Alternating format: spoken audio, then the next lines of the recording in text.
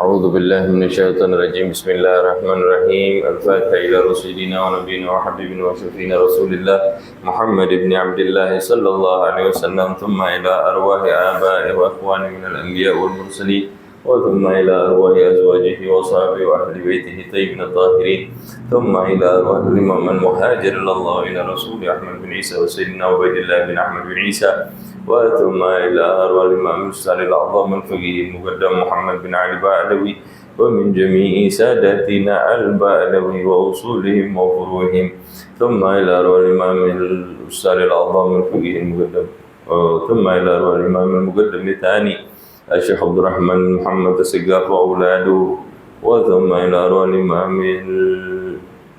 فخر الوجود الشيخ أبي بكر بن سالم وأخي عقيل بن سالم، وثم إلى أرواح الحبيب أحمد بن محمد الحبشي صاحب الشيب، وأبي عبد الرحمن بن محمد الجفري مولى أرشد، وحبيب يوسف بن عبد الحسني، وحبيب عمر بن يوسف بن عبد الحسني، وثم إلى أرواح الإمام القطب الأنفاس وعلم النبراس الحبيب عمر بن عبد الرحمن العطاس والشيخ علي بن عبد الله باراس، وثم إلى أرواح الإمام القطب الإرشاد وغوث البلاد والعباد الحبيب عبد الله بن علوي بن محمد الحداد، وثم إلى أرواح الحبيب حسن بن صالح البهر وحبيب أحمد بن زين الحبشي، وثم إلى أرواح الحبيب عبد الله بن حسن بن طاهر وأخوه الحبيب طاهر بن حسن بن طاهر، وثم إلى أرواح الحبيب أبو بكر بن عبد الله بن طالب الأبقاس، وثم إلى أرواح الإمام قدوتنا ودخراتنا المعلم سمت الدرار الحبيب علي بن محمد الحبشي، وثم إلى أرواح الإمام القطب صاحب الدرك الحبيب أبو بكر بن محمد بن عمر بن أبو بكر بن عمر بن سقاف السقاف صاحب برسيك، وحبيب صالح بن محسن الحامد صاحب تانغول جنبر، وثم إلى أرواح الحبيب حسين بن هادي الحامد صاحب راني، وثم إلى أرواح الحبيب حسين بن أبو بكر الإدروس صاحب الوربتان، وثم إلى أرواح الحبيب علي بن عبد الرحمن الحبشي صاحب بيتان، وحبيب علي بن حسين الأبطال صاحب بومر، وثم إلى أرواح الحبيب سالم بن أحمد بن جندان، وثم إلى أرواح صاحب الولاية وصاحب المقام الحبيب عبد الله بن محسن الأطاس مولى إمبان بوغور، وحبيب علي بن محمد بن طاهر الحداد وأخوه الحبيب حسين بن محمد بن طاهر الحداد، وثم إلى أرواح صاحب المجلس الحبيب الحبيب عمر بن حامد بن هادون الأطاس وأصولهم وفروعهم، أن الله يعلي درجاتهم في الجنة ويكثر مثوبتهم ويضاعف أسنادهم ويحفظنا بجاههم وينفعنا بهم ويعيد علينا من بركاتهم وأسرارهم وأنوارهم وعلومهم ونفحاتهم في الدين والدنيا والآخرة. الفاتحة.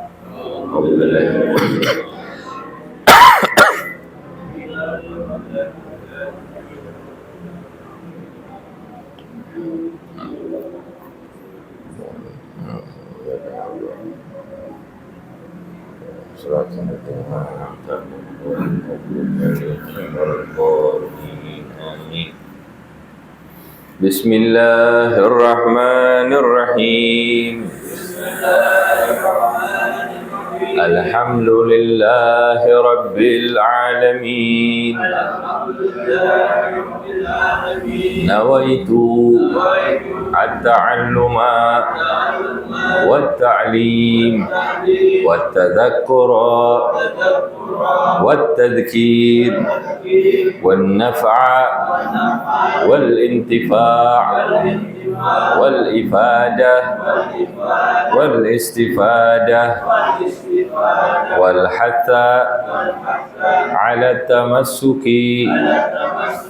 بكتاب الله وسنة رسوله والدعاء إلى الهدى والدلالة على الخير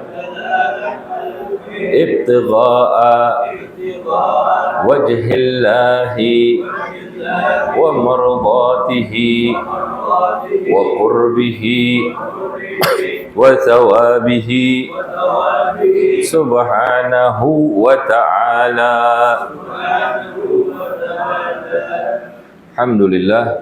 الحمد لله الذي هدانا بعبده المختار من دعانا إليه بالإذن وقد نادانا لبيك يا من دلنا وحدانا اللهم فصل وسلم وبارك وكرم وعظم على ذات المحمدية والآل واغفر لنا ما يكون وما قد كان سبحانك لا علم لنا إلا ما علمتنا إنك أنت العليم الحكيم ربي اشرح لي صدري ويسر لي أمري واحلل عقدة من لساني يفقهوا قولي أما بعد.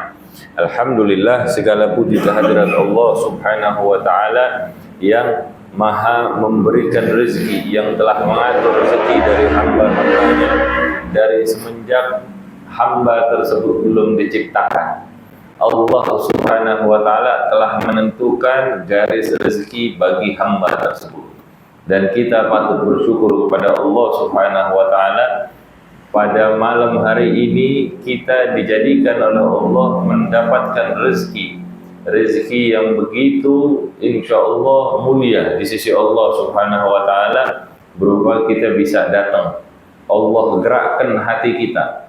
Allah kuatkan langkah kaki kita untuk kita bisa datang ke dalam majelis-majelis ilmu. Dan Allah juga sedang memberikan rezekinya kepada kita berupa penutupan aib-aib kita. Allah Subhanahu wa taala menutup aib kita dari orang lain, padahal kita ni lisan kita banyak berbuat buruk kepada makhluk-makhluknya Allah Subhanahu wa taala. Mata kita ni banyak maksiat kepada Allah Subhanahu wa taala.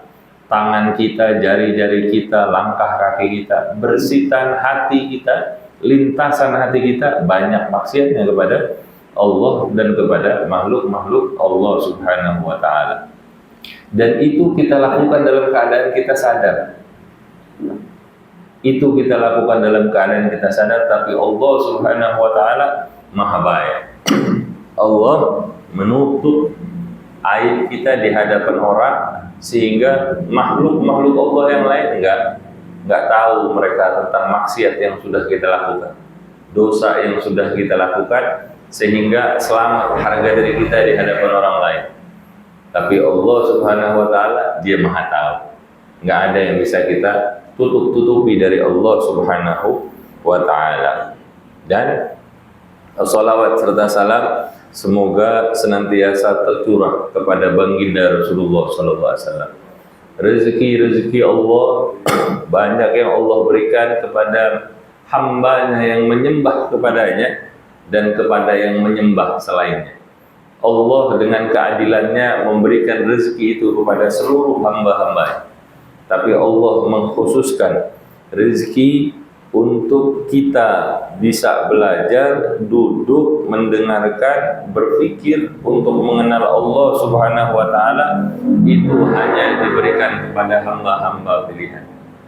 Dan yang terpilih adalah kita, alhamdulillah, dan kita Allah jadikan sebagai umat dari baginda Rasulullah sallallahu alaihi wasallam.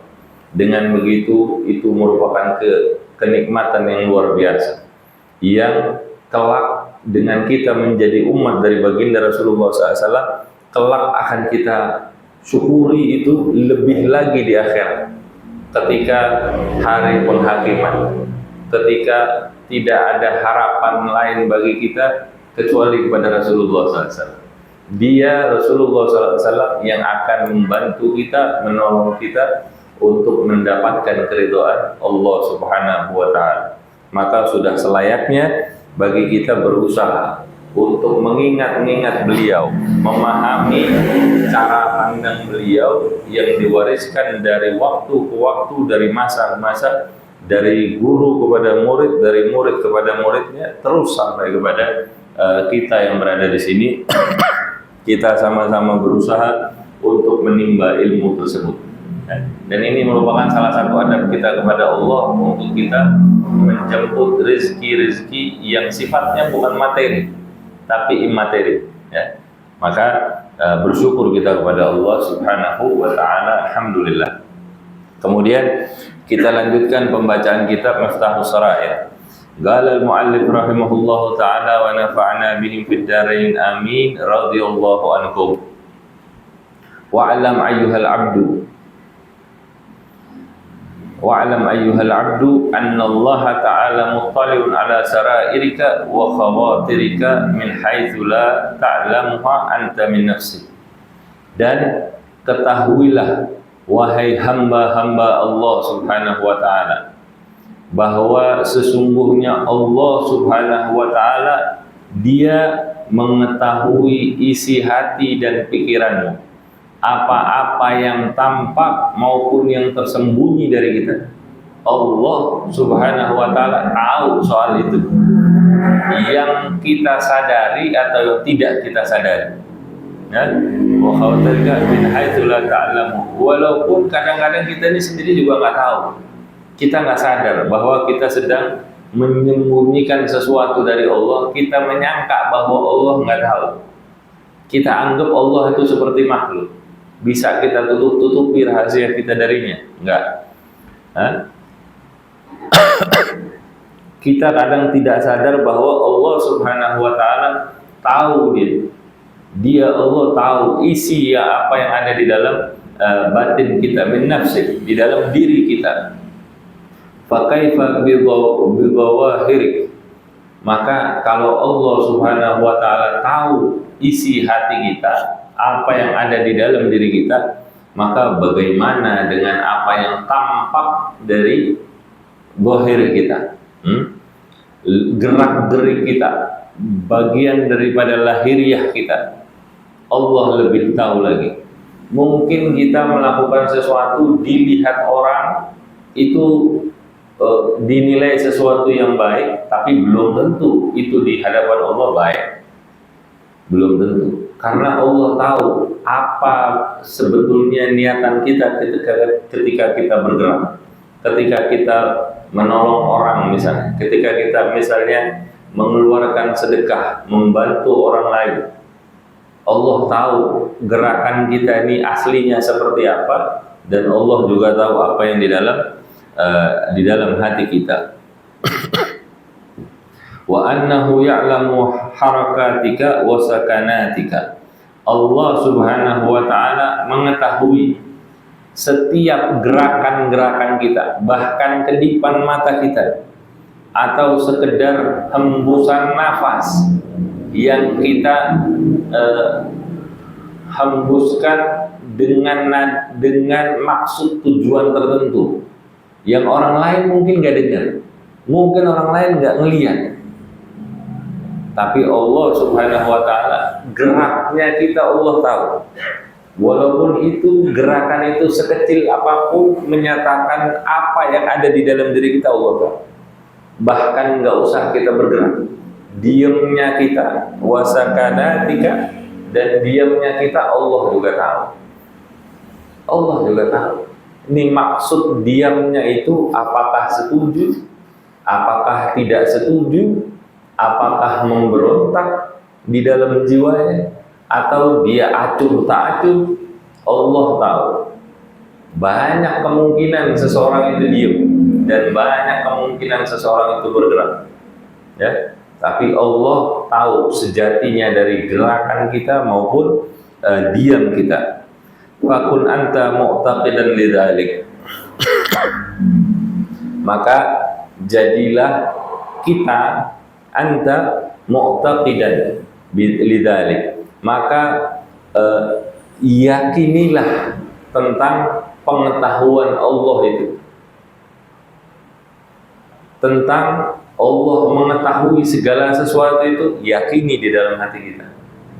Nggak ada yang ketutup dari Allah Subhanahu wa ta'ala. Maka seorang hamba hendaknya dia, kata Habib Abdullah Haddad, hendaknya dia mengosongkan hatinya dari selain Allah Subhanahu wa ta'ala. Kosong hatinya, kecuali Allah aja yang ada di dalam hati. Dia mau diam, dia mau bergerak, dia mau ibadah, dia mau zikir, dia mau tidur. Kalau tidur susah ya mungkin ya. Dia mau melakukan segala apapun yang ada di dalam hatinya, tujuannya adalah Allah Subhanahu wa ta'ala. Nggak ada yang bisa kita sembunyikan. Cuman masalahnya kadang kita ini sadar atau nggak sadar. Kadang kita sadar, kadang kita melakukan sesuatu tanpa disertai kesadaran. Bukan kita bekerja tanpa aturan, bukan kita sekolah belajar tanpa aturan, tahu aturannya, tapi kita lupa, kita nggak sadar bahwa tujuan kita sebenarnya adalah mencari keridhaan dari Allah Subhanahu wa Ta'ala. Ngapain kita kerja? Nyari duit, terus ngapain kalau nyari duit? Buat makan. Terus kalau udah makan buat apa lagi? Anak istri, buat bayar kontrakan, buat beli bensin, buat ya terus apa? Terus apa? Cari terus. Tujuan akhirnya mau buat apaan sih? Kalau tujuan akhirnya tidak kembali kepada Allah, nah, ini yang bahaya, bermasalah. Tuh, kita sekolah, anak kita sekolahin buat apa? Ya biar dia pintar. Terus kalau pintar mau apa? Supaya bisa naik kelas. Kalau naik kelas, ya supaya bisa masuk sekolah yang bagus. Terus biar ntar lulus nilainya bagus, jadi sarjana, bisa cari kerjaan yang bagus, terus dapat penghidupan yang layak. Nah, terus apa lagi? Berhenti sampai situ. Dia bisa senang-senang, dia bisa terjamin hidupnya. Ya terus apa setelah itu? Berhenti sampai situ kan? Enggak, harusnya enggak begitu. Harusnya tujuan kita itu pada akhirnya adalah Allah, dan itu kita tanamkan dari awal. Jangan sampai hati kita kosong dari Allah Subhanahu wa Ta'ala. Apapun yang kita lakukan sepanjang hidup kita, dari yang tadi mulai dagang, nyiapin ini, nyiapin itu, berangkat pagi, pulang malam, segala macam, ngasih makan anak istri, semua itu jangan pernah lepas dari hadirnya Allah di dalam hati di dalam hati kita, dan kita harus punya keyakinan akan itu. Walja ilallahi ta'ala fid dharairi daruratan, dan mohonlah, datanglah kepada Allah Subhanahu wa Ta'ala, memohon akan hal itu, segala kebutuhan kita kepada Allah, jadikan itu sebagai sebuah keharusan, sebagai sesuatu yang memang wajib. Itu adalah sesuatu yang wajib. Daruratan, enggak bisa enggak, harus. Kalau enggak kita dalam keadaan bahaya. Kalau kita enggak melakukan itu, tidak memohon segala kebutuhan kita. Bahkan diriwayatkan sahabatnya Rasulullah SAW itu, kata guru saya, sendalnya putus, tali sendalnya putus. Dia punya uang, toko yang jualannya dekat sama dia. Tapi yang dia minta pertama kali, dia minta sama Allah, ya Allah, berikanlah saya pengganti sendal ini yang bagus, berkah. Kira-kira begitu. Bukan main, saya ada duit, saya beli. Cari yang bagus, kita kira selesai. Padahal enggak. Dia, contoh daripada sahabat Rasulullah ini, dia terus menghadirkan Allah. Bahkan untuk perkara yang sepele. Ya sederhana, bukan sepele lah ya. Bahasanya salah, sederhana. Untuk hal yang sederhana aja, sekedar membeli sendal, tetap menghadirkan Allah Subhanahu wa Ta'ala. Jadikan itu di dalam hati kita dan biasakan, sehingga ketika kita memohon segala kebutuhan kita kepada Allah, itu di dalam hati kita menjadi sesuatu yang wajib. Datang ke kantor, niatnya apa? Niatnya nyari ridhonya Allah Subhanahu wa Ta'ala. Minta sama Allah, ya Allah, nih pagi saya mau berangkat, mau dagang ke pasar, mau kerja ke kantor, mau ini mau itu. Berikan keberkahan di dalam upaya saya ini, di dalam usaha saya, berangkat ke kantor. Dapat apa namanya? Dapat sesuatu yang menyenangkan, alhamdulillah. Dapat sesuatu yang tidak menyenangkan, alhamdulillah. Tinggal kita berusaha untuk mencari jalan keluar dari hal itu, mintanya kembali kepada Allah Subhanahu wa Ta'ala. Kenapa kok kita dikasih sesuatu yang tidak menyenangkan, kita bilang alhamdulillah? Karena biasanya orang kalau diberi kemudahan ke sesuatu yang nyaman, dia memang gampang ingat sama Allah. Tapi ketika diberikan sesuatu yang tidak menyenangkan, kalau orang cara pandangnya salah, dia lupa dari Allah Subhanahu wa Ta'ala. Tapi kalau dia punya cara pandang yang benar seperti ini, yang suka, yang selalu menghadirkan Allah, maka ketika dia ditimpa kesusahan, artinya Allah sedang mengingatkan kepada dirinya, oh, ini cobaan dari Allah. Kalau kita menghadapi cobaan itu belum tentu bisa, tapi tetap harus kita hadapi. Terus bagaimana caranya? Hadirkan Allah. Ya Allah, saya sedang ditimpa ujian, cobaan. Engkau yang memberikan cobaan ini, maka yang bisa mengangkat cobaan ini, yang bisa memberikan saya kekuatan untuk melewatinya, hanya Engkau itu. Jadi kita senang bahwa dengan diberi itu, kita jadi kembali ingat sama Allah Subhanahu wa Ta'ala. Li'annahu la nafi'a wa la dharra wa la mu'tiya wa la mani'a illa Allah Subhanahu wa Ta'ala. Karena apa? Karena enggak ada sesuatu yang bisa memberi manfaat. Enggak orang yang hidup, enggak orang yang mati. Enggak dokter yang pinter, enggak insinyur yang pinter, atau tukang di pasar. Mereka nggak bisa memberi manfaat kepada kita atau mendatangkan mara bahaya bagi kita. Masa sih dokter bukan pinter, ahli dia, spesialis. Masa dia nggak bisa mendatangkan manfaat sama kita? Nggak bisa. Manusia itu tidak bisa mendatangkan manfaat, nggak bisa juga mendatangkan mara bahaya buat kita. Enggak cuma manusia, benda yang lainnya juga sama. Mereka kalau dia 100% bisa mendatangkan manfaat buat kita, maka ketika orang sakit datang ke dia, harusnya semuanya sembuh. Tapi kenyataannya tidak juga. Dia, orang atau benda tadi itu hanya perantara, wasilah dari sesuatu yang sudah ditetapkan oleh Allah Subhanahu wa Ta'ala. Enggak ada yang bisa memberi manfaat atau mendatangkan mara bahaya, dan enggak ada yang bisa memberi sesuatu atau mencegah sesuatu itu datang ke kita, melainkan Allah Subhanahu wa Ta'ala. Ya. Sayyidina Umar itu pernah satu kali ketika akan mencium Hajar al-Aswad, dia bilang bahwa saya tahu engkau ini batu hitam, Hajar al-Aswad, nggak bisa bawa manfaat, nggak bisa membeli motor, nggak bisa. Itu pengakuan dia bahwa yang bisa mendatangkan itu hanya Allah Subhanahu wa Ta'ala.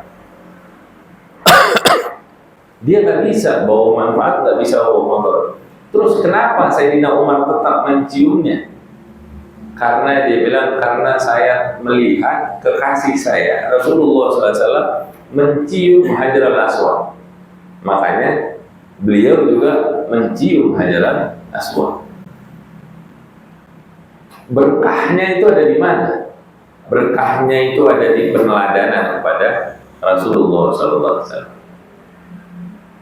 Ya, Rasulullah tahu bahwa ini batu, benda itu nggak bisa bawa manfaat, nggak bisa bawa motor. Tapi kalau Allah berkehendak, maka bisa apa enggak? Bisa. Tinggal tergantung gimana kehendaknya Allah Subhanahu. Ini batu. Kira-kira kalau batu aja bisa mendatangkan manfaat karena Allah berkehendak, maka bagaimana dengan orang-orang soleh yang sudah wafat? Kira-kira bisa nggak mereka mendatangkan manfaat? Kalau kembalinya kepada diri mereka nggak bisa. Tapi Allah Subhanahu wa Ta'ala yang menjadikan mereka bisa, yang menjadikannya bisa membawa manfaat buat kita, bukan benda, bukan batu, bukan manusia, tapi Allah Subhanahu wa Ta'ala. Dan Allah Subhanahu wa Ta'ala berkuasa untuk memberikan manfaat itu melalui media apapun yang Allah pilih. Mau lewat batu bisa, mau lewat pasir bisa, mau lewat manusia bisa, mau lewat tumbuh-tumbuhan bisa. Semuanya kembalinya kepada Allah Subhanahu wa Ta'ala. Sayyidina Musa alaihissalam satu kali pernah sakit gigi. Dia minta sama Allah, ya Allah saya sakit gigi, minta obatnya. Sama Allah dikasih tahu, ambil di daun, beginikan, taruh di gigi. Dilakukan sama Sayyidina Musa alaihissalam. Dilakukan, hilang sakit gigi. Selesai, tumbuhan. Satu kali dia rasakan kembali sakit gigi. Dia datang lagi, dia ambil itu daun yang sama, dia lakukan pengolahan yang sama, dia taruh di gigi. Enggak hilang sakitnya.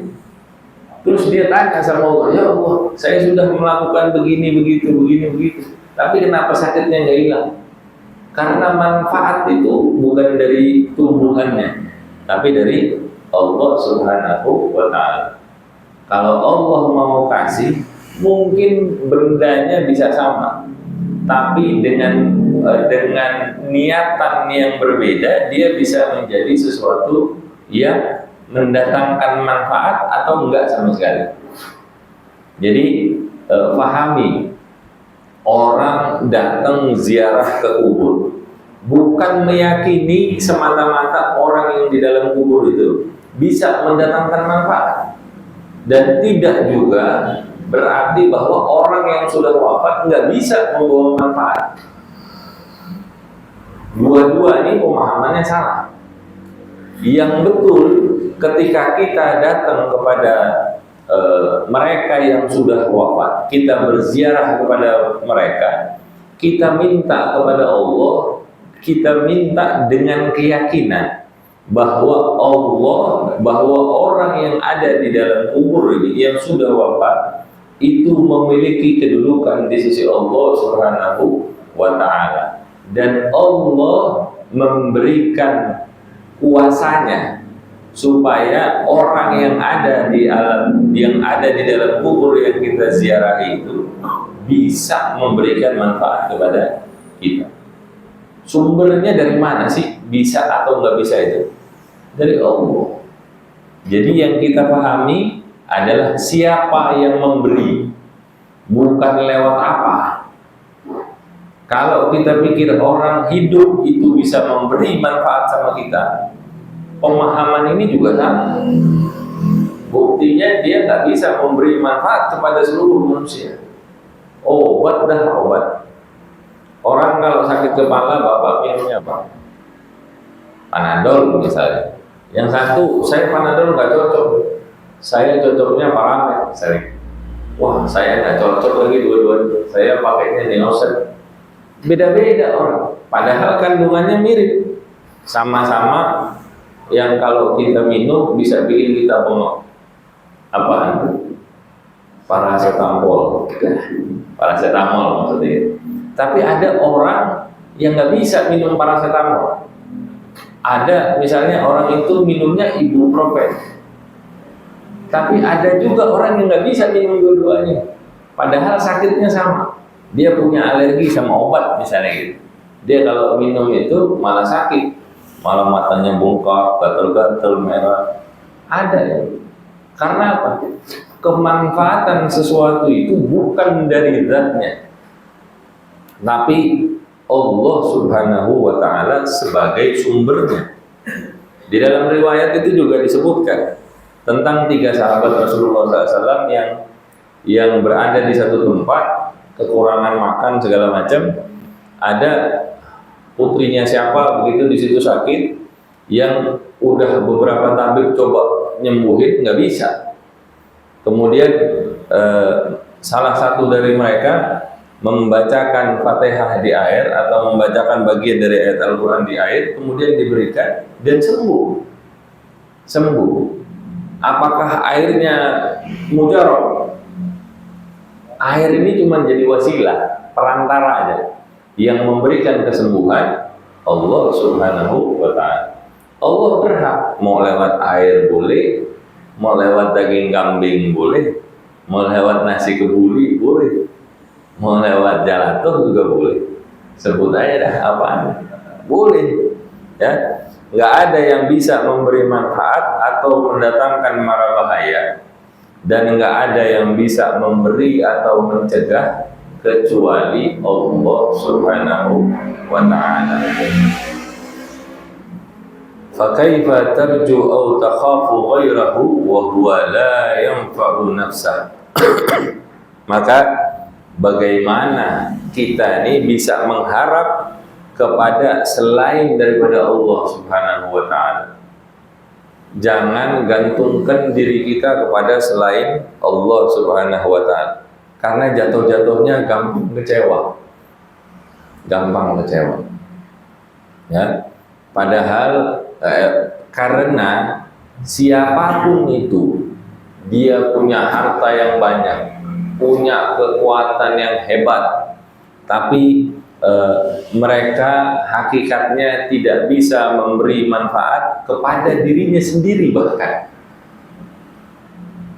dokter itu pinter, spesialis. Kalau sakit kira-kira dia bisa nggak nyembuhin dirinya sendiri? Tetap dia nyari temennya yang lain, dokter, sesama dokter misalnya gitu. Ya. Yang bisa nyembuhin dirinya sendiri cuma Rambo. Enggak, tapi itu juga cuma di film. Jangan terlalu menggantungkan diri kita, atau bahkan ekstrimnya, jangan mengharap kepada selain Allah Subhanahu wa ta'ala, karena selain daripada Allah mereka tidak bisa membawa manfaat bagi dirinya sendiri. Kalau kita anggap, dia jago Beb, ini begini begitu, itu Allah yang mengizinkan. Allah yang mengizinkan. Kalau Allah nggak mengizinkan, nggak bisa dia begitu. Punya nggak keyakinan begitu? Kalau kita punya keyakinan begitu, maka insya Allah hidup kita lebih enak. Ya. Dan kalau kita tahu bahwa mereka nggak bisa membawa manfaat bagi dirinya sendiri, wa kaifa yumkinu an yanfa'aka aw yadurraka wa huwa 'ajizun dha'if. Maka kalau kita tahu dia sendiri nggak bisa membawa manfaat untuk dirinya sendiri, maka bagaimana mungkin dia bisa memberimu manfaat atau membahayakan dirimu? Semua bergantung kepada Allah Subhanahu wa ta'ala. Karena orang yang tadi mungkin kita harapkan gantungkan diri kita kepadanya, aslinya orang itu juga lemah, dhaif, dan tidak berdaya. Ajizun dhaifun. Dia lemah, nggak punya daya upaya apa-apa, nggak punya. Walakin amiyatil basair wa qallat as-sarair. Tapi mata hatinya manusia itu sudah buta, sudah buta ya, amiyat, sudah buta, dan mereka sedikit untuk berpikir, tidak ingin menyelami sesuatu itu secara mendalam dalam hal ketuhanan kepada Allah Subhanahu wa ta'ala. Perhatikan ya, bagaimana pandangan hidup yang bergantung kepada Allah. Kalau kita punya pandangan hidup yang bergantung kepada Allah Subhanahu wa ta'ala, maka insya Allah hidup kita lebih nyaman. Hal ini kita tularkan kepada pasangan hidup, kepada orang tua, kepada saudara-saudara, kepada anak-anak. Itu yang dicontohkan oleh Rasulullah SAW. Itu juga yang terlihat dari keluarganya Sayyidina Ali, Sayyidah Fatimah, Sayyidina Hasan, Sayyidina Husain. Itu 4 orang ini, Sayyidina Ali, Sayyidah Fatimah, Sayyidina Hasan, Sayyidina Husain, pernah buka puasa selama 3 hari, sahur dan bukanya cuma dengan air. Kalau ini hanya pemahaman ini hanya dimiliki oleh 1 orang, misalnya sang suami, kira-kira rumah tangganya enak gak? Istrinya nggak ngerti, anak-anaknya nggak ngerti, nggak enak. Kalau istrinya doang yang ngerti, suaminya nggak ngerti, nggak punya apa-apa, tapi nuntutnya banyak suami, repot nggak rumah tangga? Repot. Kalau suami istri ngerti, tapi anak-anaknya nggak dididik, kira-kira repot nggak? Jadi orang-orang yang membangkang nanti anak-anak. Tapi paling enak itu memang tularkan hal ini, bahwa kita bergantung kepada Allah Subhanahu wa Ta'ala. Jadi suaminya bisa menjalankan tugasnya sebagai suami dengan baik, istrinya juga begitu, anak-anaknya juga begitu. Semua ngerti perannya masing-masing sebagai hambanya Allah Subhanahu wa Ta'ala. Bukan jadi pemalas, bukan. Tetap ikhtiarnya maksimal, cuman tidak bergantung kepada orang. Jadi nggak banyak kecewanya, bergantungnya kepada Allah Subhanahu wa Ta'ala. Wa'lam annahu laysa bainaka wa bainal haqqi tariqun tawilun aw qat'u sabasib. Dan ketahuilah bahwa untuk mendekat kepada Allah Subhanahu wa Ta'ala, kita ini nggak perlu menempuh jalan yang jauh atau melintasi gurun Sahara, padang pasir yang panas luar itu, enggak. Untuk mendekat kepada Allah, kita nggak perlu melakukan itu semua. Walakin i'rif nafsaka fa innahu la yumkinu ma'rifatullahi ta'ala illa in arafta nafsak. Akan tetapi kenalilah dirimu untuk mengenal Allah Subhanahu wa Ta'ala. Kenali diri kita, karena dikatakan tidak mungkin kita akan mengenal Allah Subhanahu wa Ta'ala kecuali setelah kita mengenali diri kita sendiri. Kok bisa? Iya, kita yang kita anggap kita ini punya kekuatan, kita punya kemampuan, kita punya kepintaran, kita ini mengendalikan diri kita sendiri apa enggak? Aslinya, oh iya, saya kalau mau jalan saya tinggal jalan, mau ambil minum saya tinggal ambil, saya minum, saya mengendalikan diri saya sendiri. Lihat, kalau kita mau pikir ya, ini kita berpikir untuk mengambil minuman ini, kemudian tangan kita bergerak, kemudian dia masuk ke dalam mulut kita, kita telan. Itu yang mengendalikan siapa? Bagaimana dia bekerja? Apa kita tahu kerjanya? Enggak. Mata kita mau lihat kemana? Kita kendalikan nggak nih saraf-sarafnya sekarang? Kita nggak mengendalikan saraf-saraf itu. Semua itu bekerja, ada yang ngatur. Sudah ada mekanismenya yang menetapkan. Tanpa harus kita membangun, merangkai, kalau kayak motor tuh, oh ini harus begini, ini begini, baru dia jalan. Enggak. Kita ini udah tinggal pakai kok. Kita udah tinggal pakai. Mata kita pakai buat ngeliat. Kita jadi ngenalin ini, itu, ini, itu. Ini namanya, ini kita simpan di otak kita ingat-ingat. Emang ini memorinya ada berapa giga penyimpanan otak kita? Enggak tahu. Ada berapa? 4 giga. Kecil amat ya. Tapi ini kita pakai dari kita kecil sampai seusia kita sekarang. Kita ini tinggal pakai. Kita nggak punya kuasa kepada diri kita sendiri. Kalau kita punya kuasa kepada diri kita, kita nggak boleh lupa. Tapi kita sering nggak lupa. Kalau kita punya kuasa sama diri kita sendiri, kita nggak boleh sakit. Ngapain kita sakit? Kan nggak enak sakit. Punya nggak kita kuasa untuk menolak penyakit? Nggak bisa. Kalau sakit kita bergantung sama diri kita sendiri atau sama orang lain juga. Kenali diri kita bahwa di dalam diri kita ini ada tanda-tanda kebesarannya Allah Subhanahu wa Ta'ala. Ada tanda-tanda kebesarannya. Nggak usah nyari jauh-jauh, nggak usah ya keluar angkasa, menyelam ke dasar laut, pergi ke hutan, ke gunung gitu ya.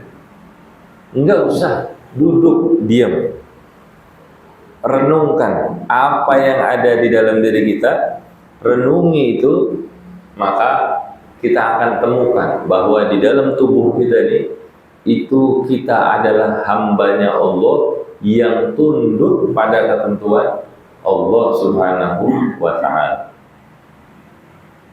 Kuku kita ini kita potong, numbuhnya lagi bagaimana kita nggak ngerti. Tahu-tahu udah panjang lagi ya kita potong. Sekedar kuku, rambut, nggak ada kita punya kemampuan mengendalikan itu semua. Rambut saya sudah mulai memutih, saya mau hitamin lagi ya, nggak bisa. Yang bisa begitu cuma Dragon Ball, ya. Bisa panjang, bisa pendek sendiri ya. Kartun aja itu ya.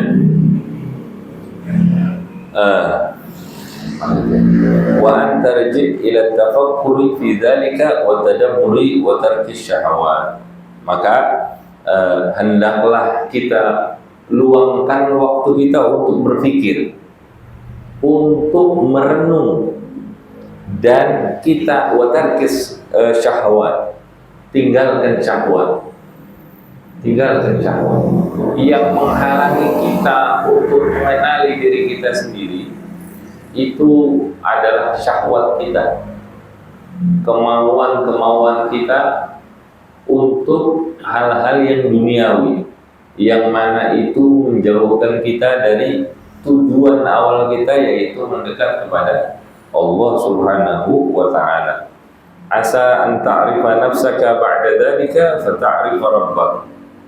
Dengan begitu, dengan banyak berpikir, banyak merenung, meninggalkan syahwat, dengan begitu semoga engkau dapat mengenali dirimu, sehingga kemudian engkau akan mengenali Rabbak, Tuhanmu, ya. Wa fil hadis, dan dikatakan di dalam hadis, fa in lam takun tarahu fa innahu yaraka. Dalam hadis disebutkan, jika kamu tidak dapat melihat Allah Subhanahu wa Ta'ala, fa innahu yaraka, yakini bahwa Allah itu melihat kita, mengetahui keadaan kita yang ada tampak di luar maupun apa yang tersembunyi di dalam sudut batin kita yang paling sempit, paling terkucil dari dunia luar. Allah tahu. Maka yakini itu. Makanya itu kan rukun itu ada 3. Rukun iman, rukun Islam, ada rukun ihsan. Rukun ihsan ini, anta'budallaha ka'annaka tarahu fa in lam takun tarahu fa innahu yaraka. Beribadahlah kepada Allah Subhanahu wa Ta'ala seolah-olah engkau melihatnya. Artinya engkau rasakan kehadirannya. Seandainya engkau tidak mampu melihatnya, yang memang kita tidak bisa melihat keberadaan Allah, tapi tadi dikatakan kita bisa mengenali tanda-tandanya, kebesarannya itu di dalam diri kita tadi. Walaupun kita tidak bisa melihat Allah, yakini bahwa Allah Subhanahu wa Ta'ala melihat kita. Fa innahu yaraka. Dia Allah Subhanahu wa Ta'ala melihatmu, maka hadirkan Allah. Ini bukan perkara yang mudah memang. Nggak ada yang bilang ini perkara yang mudah. Perkaranya sulit. Tapi bukan, kalau sulit itu bukan berarti nggak bisa. Yang penting kita mau berlatih, mau belajar, mau mencoba. Jangan jadi orang muslim yang cengeng, yang lemah. Nyoba, gagal, udah tinggalin. Malas saya itu. Susah. Lah, nggak ada yang bilang gampang nih. Kalau susah, ganjarannya pasti gede. Selama kita mau berusaha, sesusah apapun, itu harus bisa kita usahakan. Nggak mesti berhasil, nggak mesti. Tapi yang penting kita berusaha. Karena yang dilihat sama Allah Subhanahu wa Ta'ala itu adalah usaha, bukan hasil. Boleh jadi kita belum sampai. Seperti yang diriwayatkan tentang orang di zamannya Nabi Musa yang membunuh banyak orang. Ulama tanya, ulama, Syekh, saya ini udah membunuh 99 orang. Bisa nggak saya jadi punya kedudukan lah di sisi Allah, jadi orang yang baik? Kata Syekhnya, ente udah terlalu banyak melakukan dosa besar. Nggak bisa, nggak ada pintu tobat buat ente. Yang benar. Tanggung, bunuh lagi sama dia.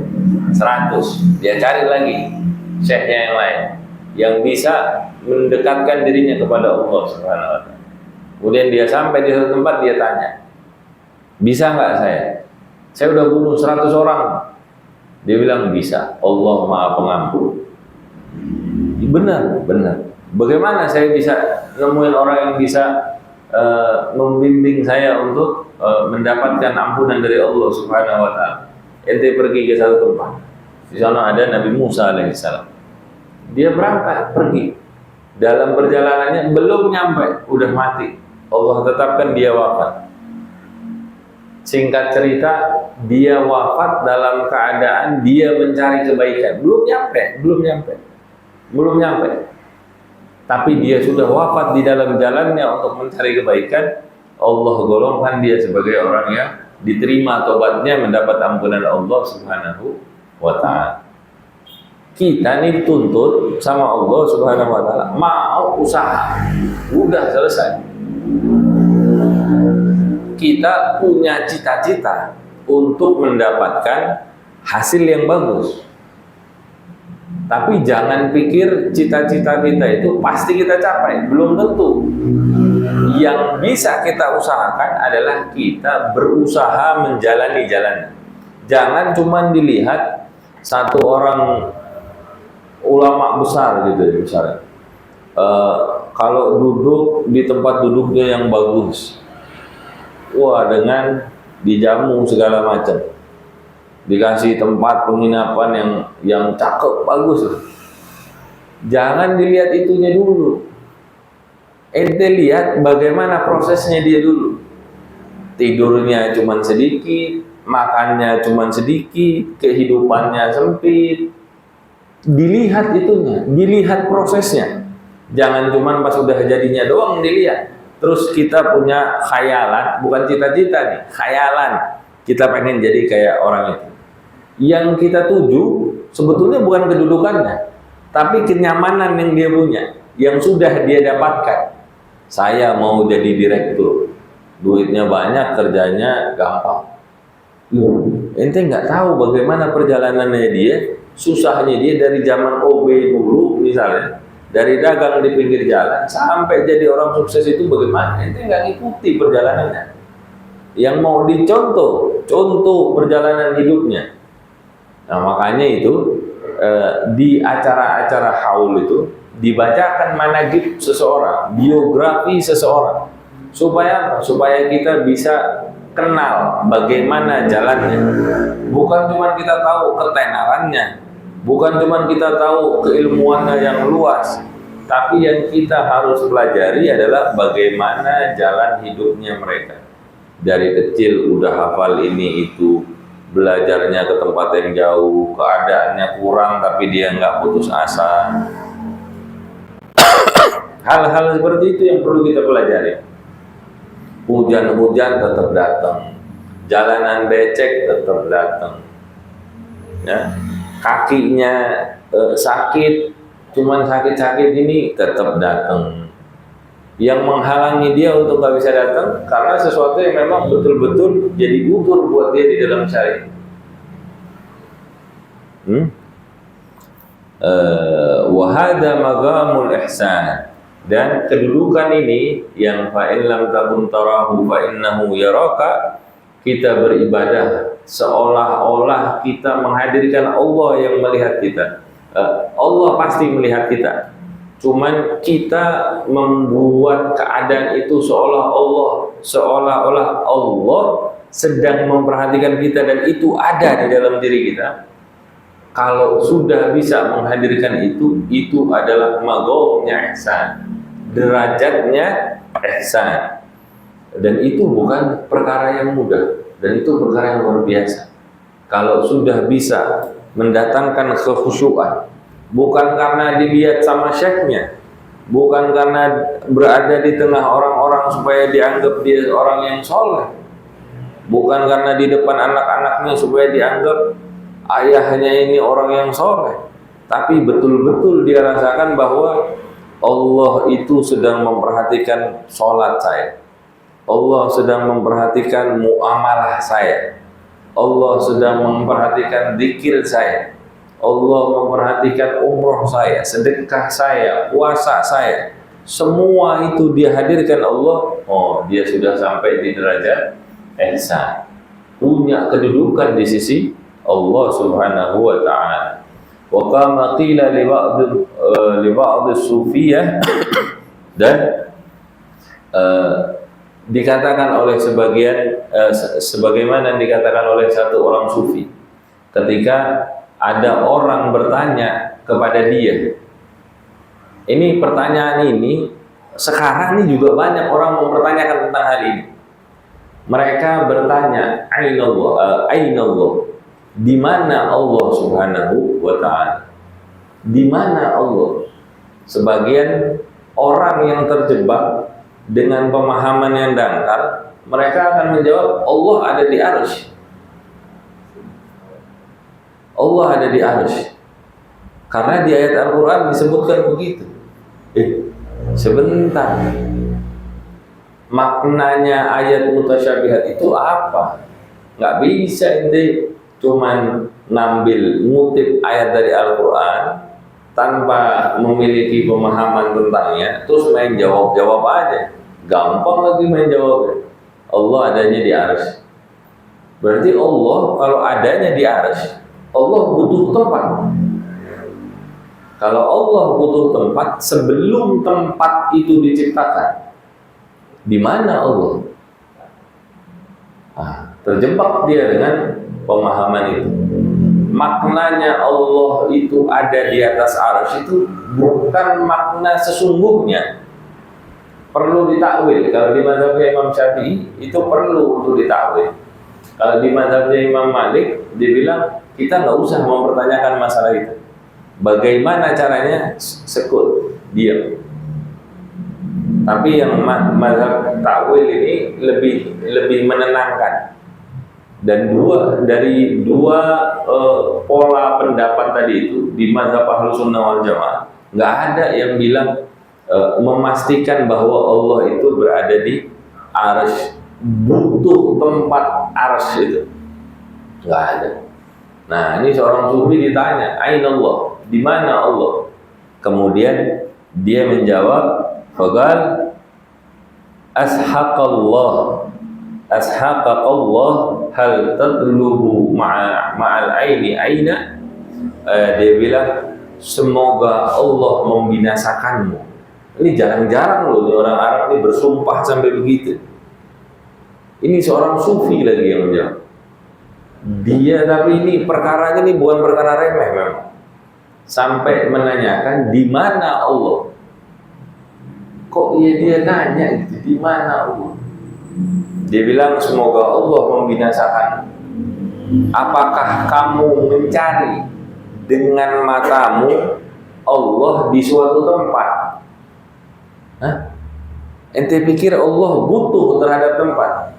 Enggak. Sebagian yang lain ketika ditanya di mana Allah, mereka menjawab, ente kehilangan Tuhan ente sampai harus ente cari. Hah? Emang ente kehilangan Tuhan ente? Ente taruh di mana Tuhan ente? Allah itu nggak butuh tempat maksudnya. Ini apa ya istilahnya? Perkataan ini bukan maksud sungguhnya, tapi apa istilahnya? Istilahnya lupa saya. Kalau ditanya di mana Allah, terus dijawabnya loh, ente kehilangan Tuhan ente, sampai ente harus nyari ada di mana Allah. Padahal Allah nggak butuh tempat. Allah ada di sekitar kita. Allah ada tanpa membutuhkan tempat.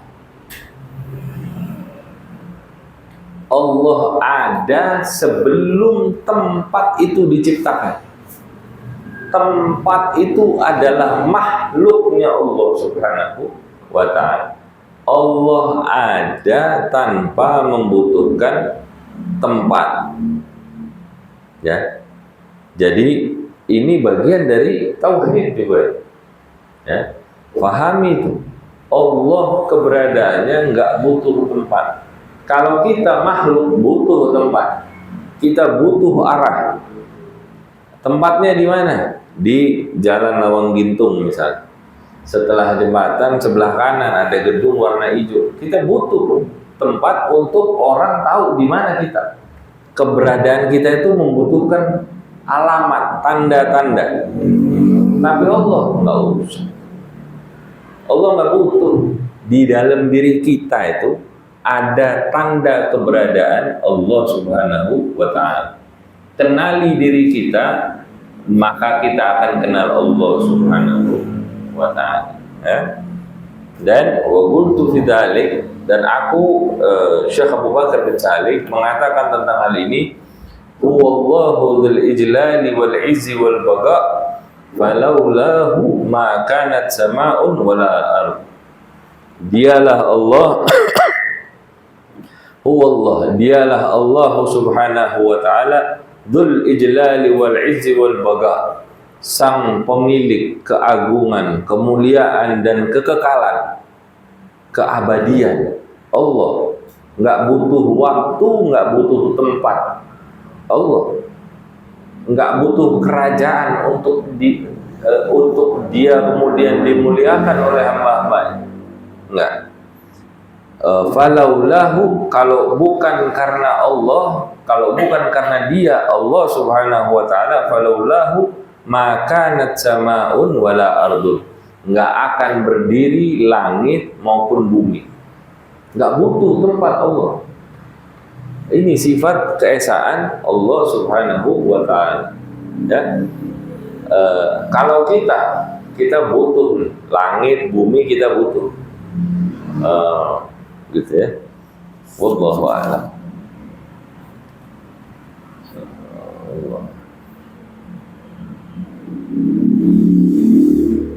Nah, saya kira itu, semoga Allah Subhanahu wa ta'ala menjadikan kita sebagai hamba-hambanya yang bisa menjaga isi hati pikiran kita, bisa menjaga setiap gerak-gerik kita, dan selalu menghadirkan Allah Subhanahu wa ta'ala di dalam gerak-gerik kita, di dalam diam kita, dan semoga Allah memberikan kepada kita kemampuan, kekuatan, kesadaran untuk kita bisa bertafakkur, mengenali diri kita sendiri, menjauhi syahwat, untuk kita bisa mengenal, merenung, mengenali Allah Subhanahu wa ta'ala. Dan semoga Allah Subhanahu wa ta'ala menghalalkan kita semua untuk bisa menggapai derajat ihsan, pengenalan kepada Allah Subhanahu wa ta'ala dengan sebenar-benarnya pengenalan, menghadirkan Allah di dalam segala bentuk kehidupan kita yang nyata maupun yang tersembunyi. Dan semoga Allah Subhanahu wa ta'ala mewafatkan kita dalam keadaan keimanan di dalam hati kita, keyakinan bahwa Allah Subhanahu wa taala akan memberikan kepada kita manfaat berkah dari Rasulullah sallallahu alaihi wasallam, berkah daripada Al-Habib Hamid bin Umar bin Hadun Al-Attas, dan keberkahan daripada majelis kita membaca kitabnya Syekh Abu Bakar bin Salim, dan keberkahan-keberkahan lainnya. Semoga Allah jadikan dengan itu semua ridho terhadap kita ketika kita wafat, dan kita juga memiliki keridhaan kepada Allah Subhanahu wa taala. Kita wafat dalam keadaan husnul khatimah, dalam keadaan ridho bahwa Allah adalah Tuhan kita, dan Allah Subhanahu wa taala ridho terhadap kita sebagai hambanya, sehingga kita akan mendapatkan kenikmatan di alam kubur, di hari kebangkitan di dalam surga kelak. Ala hadhihi niyyah wa likulli niyatin salihah wa ila hadratin nabi Muhammadin sallallahu alaihi wa alihi wasallam bi sirril Fatihah. Bismillahirrahmanirrahim. Bismillahirrahmanirrahim. Alhamdulillahi rabbil alamin arrahmanir rahim maliki yaumiddin. Iyyaka na'budu wa iyyaka nasta'in. Ihdinas siratal mustaqim. صراط الذين أنعمت عليهم غير المغضوب عليهم ولا الضالين آمين. يا ربنا اعترفنا بأننا اقترفنا وأننا أشرفنا على لظى أشرفنا، فتب علينا توبة تغسل لكل حوبة، واستر لنا العورات وآمن الروعات، واغفر لوالدينا ربي ومولودينا والأخواني وسائر الخلان وكل ذي محبة أو جيرة أو صحبة والمسلمين أجمعين. ربي اسمع فضلا وجودا منا لا باكتساب منا، بالمصطفى الرسول نهضى بكل سول، بالمصطفى الرسول نهضى بكل سول، بالمصطفى الرسول نهضى بكل سول. صلى وسلم ربي عليه عند الحب وآله وصحبه عداد الصحب، والحمد لله بالبدء والتناهي. سبحانك اللهم وبحمدك أشهد أن لا إله إلا أنت أستغفرك وأتوب إليك. Kurang lebihnya dari saya mohon maaf. Wal minkum. Wassalamualaikum warahmatullahi wabarakatuh.